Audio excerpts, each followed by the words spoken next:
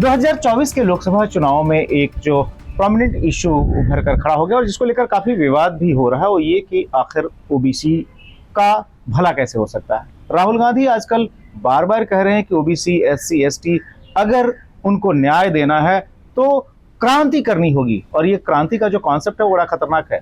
एक तरह से कई बार वो वर्ग संघर्ष की स्थिति तक पहुंच जाता है। यहां तक कह दिया गया कि चूंकि सवर्णों के हाथ में पूरा का पूरा मेरिट का सिस्टम है, इवैल्यूएशन का सिस्टम है, इसलिए ओबीसी को जस्टिस नहीं मिल पाता, इसलिए एससी एसटी को जस्टिस नहीं मिल पाता।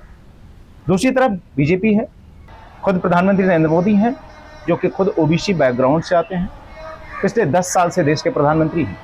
तो प्रतिनिधित्व अगर आप देखें तो देश में जो सर्वोच्च संवैधानिक पद है उस पर एक आदिवासी बैठी हुई है, द्रौपदी मुर्मू, देश के प्रधानमंत्री हैं नरेंद्र मोदी। ऐसे में जो ये पूरा का पूरा नैरेटिव है कि कौन भला कर रहा है ओबीसी का, कौन है आखिर में खैरख्वाह, रिकॉर्ड क्या कहता है।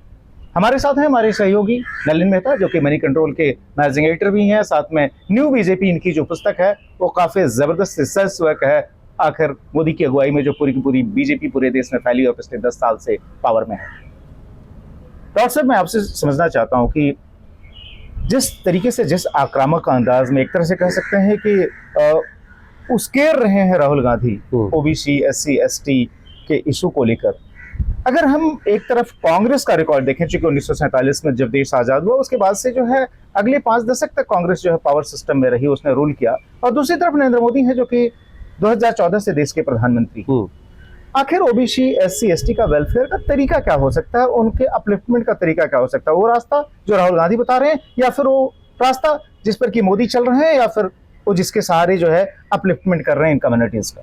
मुझे जी 3 या 4 मुख्य मुद्दे हैं। एक होती है कहनी और एक होता है कथनी। जो राहुल गांधी कह रहे हैं और मोदी जी जो कर रहे हैं उसमें आप अंतर देखिए। पहली बार, जैसे आपने कहा, मोदी जी देश के दूसरे ओबीसी प्रधानमंत्री हैं। पहले ओबीसी प्रधानमंत्री हैं जिन्होंने अपना पूरा कार्यकाल खत्म किया और 2 टर्म खत्म करे, अब तीसरे टर्म के लिए चुनाव हो रहा है। लेकिन आप देखिए, कांग्रेस ने कभी ओबीसी प्रधानमंत्री बनाया क्या इस देश में? दूसरी चीज़ ये, अगर जो नई बीजेपी है, जो प्रधानमंत्री नरेंद्र मोदी की अगुवाई में जो नई बीजेपी का एक विस्तार हुआ, आप उसमें देखिए ओबीसीज की भागीदारी सबसे बड़ी इंपॉर्टेंट एक कड़ी है उसके अंदर। अगर आप नंबर्स के आप देखें आज की डेट में, इस चुनाव में अगर आप ओबीसी कैंडिडेट देखें, कांग्रेस ने कितने उतारे हैं और भाजपा ने कितने उतारे हैं, तो भाजपा ने ज़्यादा ओबीसी कैंडिडेट उतारे as a percentage, not just as a total, compare to Congress. दूसरी चीज़, अगर आप भाजपा के एमपीज देख लीजिए, 29% भाजपा के एमपीज ओबीसी हैं, 27% उनके एमएलएज हैं देश में, 1358 एमएलएज हैं देश में भाजपा के, उसमें से 27% ओबीसी हैं, और टोटल एमएलसी जो है 163, उसमें से करीब 45% ओबीसीज हैं। तो भाजपा ने जो भागीदारी बढ़ाई है हर लेवल, हमने जब नए बीजेपी का जब शोध किया था तो हमने देखा कि हर लेवल पे, सोसाइटी के हर लेवल पे आप देखिए जो कैंडिडेट भाजपा देती है लोकसभा के चुनाव में 2019 में हमने देखा था, एससी और ओबीसी मिलाकर यूपी का अगर आप सिर्फ देखें तो 57% इनके जो कैंडिडेट थे वो ओबीसी और एससी मिलाकर थे 2019 में। विधानसभा चुनाव यूपी का जब हुआ तब भी 50% उससे ज़्यादा थे। अगर आप योगी जी का मंत्रिमंडल देखें, अगर आप प्रधानमंत्री नरेंद्र मोदी का मंत्रिमंडल देखें तो नंबर ऑफ ओबीसी देखिए, उसकी भागीदारी सबसे ज़्यादा है। ये बदलाव, बाय द वे, भाजपा में पहले ऐसा नहीं होता था। भाजपा की एक जो इमेज जो थी, ब्राह्मण बनियों की जो पार्टी है, एलीट पार्टी है, जी हाँ, सबलों की पार्टी चेंज किया गया। और very big factor of new BJP is the joining of OBCs and scheduled castes with the BJP, and especially non-Yadav OBCs and non-Yadav Dalits, लेकिन वो भी अब बदलता हुआ दिख रहा है। लेकिन एक बड़ी चीज है कि जब आज राहुल गांधी जोर शोर से चिल्ला रहे हैं कि नहीं, एससी एसटी पीछे रह गए, ओबीसी पीछे रह गए, उनके लिए कुछ नहीं, वो क्रांति की जरूरत है, वेल्थ रीडिस्ट्रीब्यूशन जैसे डेंजरस कॉन्सेप्ट की बात हो रही है। आप मेरिट को जो है एक तरह से कह सकते हैं उसको ऐसा मैनिपुलेट कर रहे हैं, ऐसे लग रहा है जैसे कि इस देश में मेरिट को कभी कोई वरीयता दी ही नहीं गई, और चूंकि सवर्णों के हाथ में पूरा का पूरा एजुकेशन सिस्टम रहा जो उनका प्रोपोगेशन है, इसलिए जो पिछड़ी जातियां, एससी एसटी, इनके साथ कभी न्याय नहीं हो पाया। जबकि उसी सिस्टम के तहत देश के सभी वर्ग का रिप्रेजेंटेशन तमाम सर्विसेज में रहा। आप जुडिशरी से लेकर नीचे आप सिविल सर्विसेज, तमाम चीजों में देखें, ये जो रास्ता है, जो इंटरप्रिटेशन का जो ये तरीका है, यह कितना खतरनाक है देश के लिए। क्या समाज को हम इग्नाइट करने की कोशिश कर रहे हैं, तोड़ने की कोशिश कर रहे हैं? देखिए, सामाजिक न्याय हर एक आदमी चाहता है, लेकिन जो वेल्थ डिस्ट्रीब्यूशन की जो बात है, जिस तरह से ये बात की जा रही है, ये कई देशों में पहले ट्राई किया जा चुका है। अब एग्जांपल देखिए, वेनेजुएला का एग्जाम्पल देखिए, क्यूबा का, चाइना का एग्जाम्पल देखिए। जब इस तरह से किया जाता है तो समाज का को पूरी तरह से उथल पुथल जो है वो क्या इस तरह, राहुल गांधी एक वर्ड यूज करते हैं क्रांति। क्रांति can be very negative thing also, can be positive thing also. लेकिन क्रांति जो होती है वो अगर आप बिल्कुल ही बेसमझे तरह से इसको करें तो you can be very counter productive. इस देश में the kind of social distribution that is happened in this country has not happened in any post colonial society. आप अपने आसपास देख लीजिए, पाकिस्तान को देख लीजिए, बांग्लादेश को देख लीजिए, श्रीलंका को देख लीजिए, जितनी कंट्रीज में जो ब्रिटिश शासन के बाद जो इंडिपेंडेंट हुई, किसी भी देश में इस तरह का रिडिस्ट्रीब्यूशन या इस तरह का जो लैंड राइट से लेकर कास्ट और क्लास तक हुआ, वो भारत की तरह किसी देश में नहीं किया गया। इस देश में अगर आप और इससे ज्यादा आप बिल्कुल ही कर देंगे तो ये तो बिल्कुल ही बेमनी बात हुई। एक बड़ी चीज जो कि आपकी लेटेस्ट बुक में भी आई थी, इंडियाज डेकेड में, जिस तरीके से प्राइम मिनिस्टर नरेंद्र मोदी ने 2014 में देश के प्रधानमंत्री बने और उसके बाद से उन्होंने टेक्नोलॉजी को यूज किया, गवर्नमेंट का जो बेसिक सिस्टम है उसके अंदर जिस तरह के रिफॉर्म किए, और उसमें अगर एक स्पीच अगर एक पूर्व प्रधानमंत्री कर, जो कि राहुल गांधी के अपने पिता राजीव गांधी थे, वो अपने प्रधानमंत्रित्व काल में ये कहा करते थे कि 1 रुपया भेजते हैं तो 15 पैसे पहुंचते हैं। और आज जो जाम की ट्रिनिटी है, जो कि जिसको कि प्राइम मिनिस्टर मोदी ने प्रोपोगेट किया और जिसको इफेक्टिवली एग्जीक्यूट किया, और उसका जो फायदा है वह 100% जो है, अगर 100 रुपये भेजे जा रहे हैं तो 100 रुपये गरीब तक पहुंचे, पिछड़े तक पहुंचे। यह जो कारगर हुआ है यह शासन पिछले 10 साल में, उसके सामने जो राहुल गांधी का जो पूरा रेटोरिक है उसको आप कैसे देखते हैं? और दूसरा ये कि क्या कांग्रेस इस बात पर मोरल हाई ग्राउंड ले सकती है? देश के पहले प्रधानमंत्री नेहरू रहे, उसके बाद श्री शास्त्री रहे, आप जो ध्यान रखिए इंदिरा गांधी, इनकी दादी लंबे समय तक शासन में, इनके पिताजी रहे। तो अगर ओबीसी, एससी, एसटी अगर विकास की दौड़ में अगर इनके हिसाब से अगर पीछे छूट गए, हालांकि सोशल पैरामीटर्स कुछ और कहानी कहेंगे, तो क्या इसके लिए रेस्पॉन्सिबल क्या है? ये गिरबान में खुद झांकने की जरूरत है या बाहर किसी और पर हमला करने की आवश्यकता है? देखिए, तथ्य तो ये है कि पिछले 10 सालों में we have seen the creation of a new kind of a welfare state in this country, a welfare state 2.0। देखिए, सब सरकारें गरीब पर पैसा खर्च करती है, बात यह है कि वो पैसा गरीब तक पहुंचता है कि नहीं।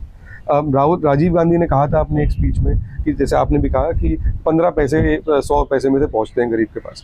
जो जैम ट्रिनिटी से क्या हुआ कि जो डायरेक्ट बेनिफिट ट्रांसफर का सिस्टम शुरू किया, ये एक भारत में बिल्कुल एक यूनिक चीज़ हुई है। It's a combination of unique ID system, the mobile phone revolution and cheap data. आप देखिए, इस देश में करीब 2014 में फाइनेंशियल इंक्लूजन सिर्फ 20% थी। आज की डेट में 4 साल में जैम के थ्रू इट बिकेम 80%। 2014 में जो प्रधानमंत्री नरेंद्र मोदी की पहली स्पीच थी 15 अगस्त को लाल किले से, उन्होंने 2 चीज़ें उसमें अनाउंस करी थी। एक उन्होंने जनधन का अनाउंसमेंट किया था और एक स्वच्छ भारत का।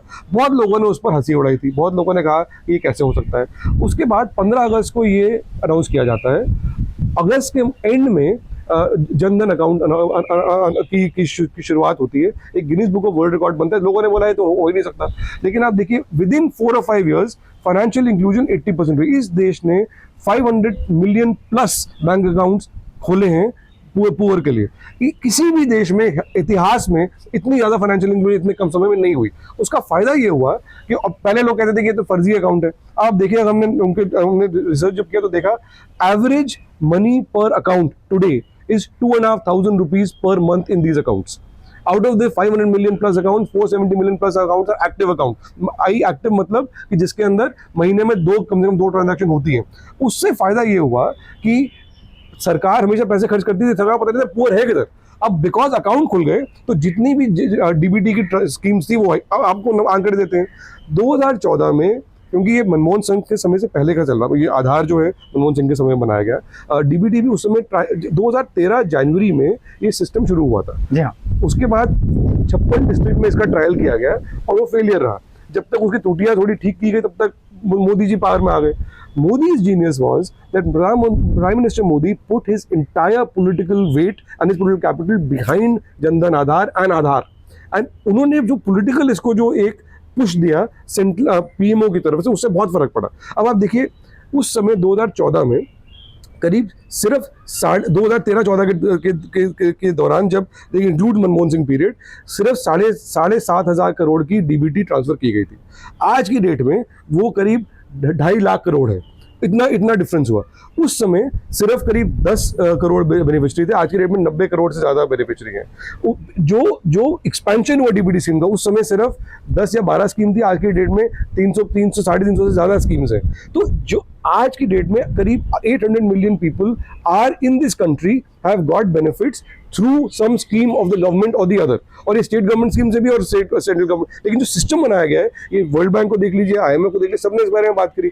ये एक जो एक्चुअल जो शिफ्ट हुआ है, और इसीलिए भाजपा जो चुनाव जीत रही है पिछले 2014 के बाद, आपने देखा है Bhajpa has won more election than it is lost, और जब हारी भी है तो उसका परफॉर्मेंस थोड़ा पहले से बेटर रहा है उन चुनावों जहाँ पे वो हारी है। जी हाँ, जैसे कि आप विधानसभा चुनाव में भी जहाँ पर सत्ता में नहीं आ पाए, वहां पर भी वो परसेंटेज और नंबर्स काफी बड़े। उसमें लोग ये कहते हैं कि ये तो हिंदू मुसलमान करते हैं, सिर्फ यही करते हैं। देखिए, बात ये है कि लोग सिर्फ इसलिए वोट नहीं करते हैं।